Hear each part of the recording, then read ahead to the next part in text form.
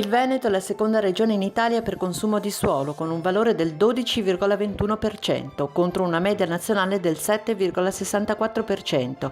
Siamo secondi solo alla Lombardia, ma la nostra quota è più elevata perché la popolazione veneta è largamente inferiore rispetto a quella lombarda.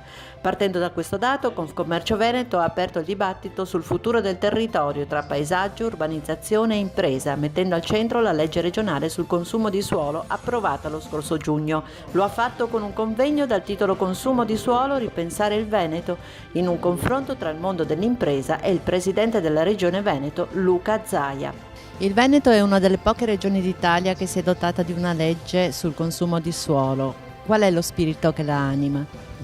Ma lo spirito è la passione e l'amore per questo territorio, la volontà che non si distrugga quello che abbiamo, che è un grande valore da un punto di vista di promozione turistica, di paesaggio e culturale. E direi che qui molti hanno dimostrato di avere questa sensibilità, non ultimi i commercianti, come li definisco io, che hanno dimostrato appunto di capire che il futuro non è quello di riempire il Veneto di centri commerciali, ma è quello di valorizzare quello che abbiamo. A proposito di centri commerciali, il futuro del Veneto sarà ancora su questo solco o ci sarà uno stop definitivo?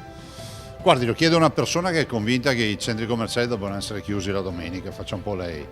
Penso che quello che dovevamo dare abbiamo già dato come comunità. Oggi penso che la vera valorizzazione sia quella del negozio di vicinato, dei centri cittadini, dei centri urbani, delle riqualificazioni, della valorizzazione di quello che abbiamo.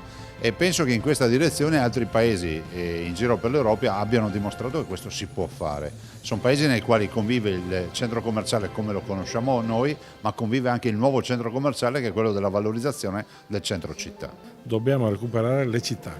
Recuperare le città, dar luce, dar vita alle città significa portare dentro di nuovo i servizi, il commercio, il grande commercio e il piccolo commercio. Una nuova legge tende a recepire determinati ragionamenti che portano da questa parte. Ci devono essere dei paletti.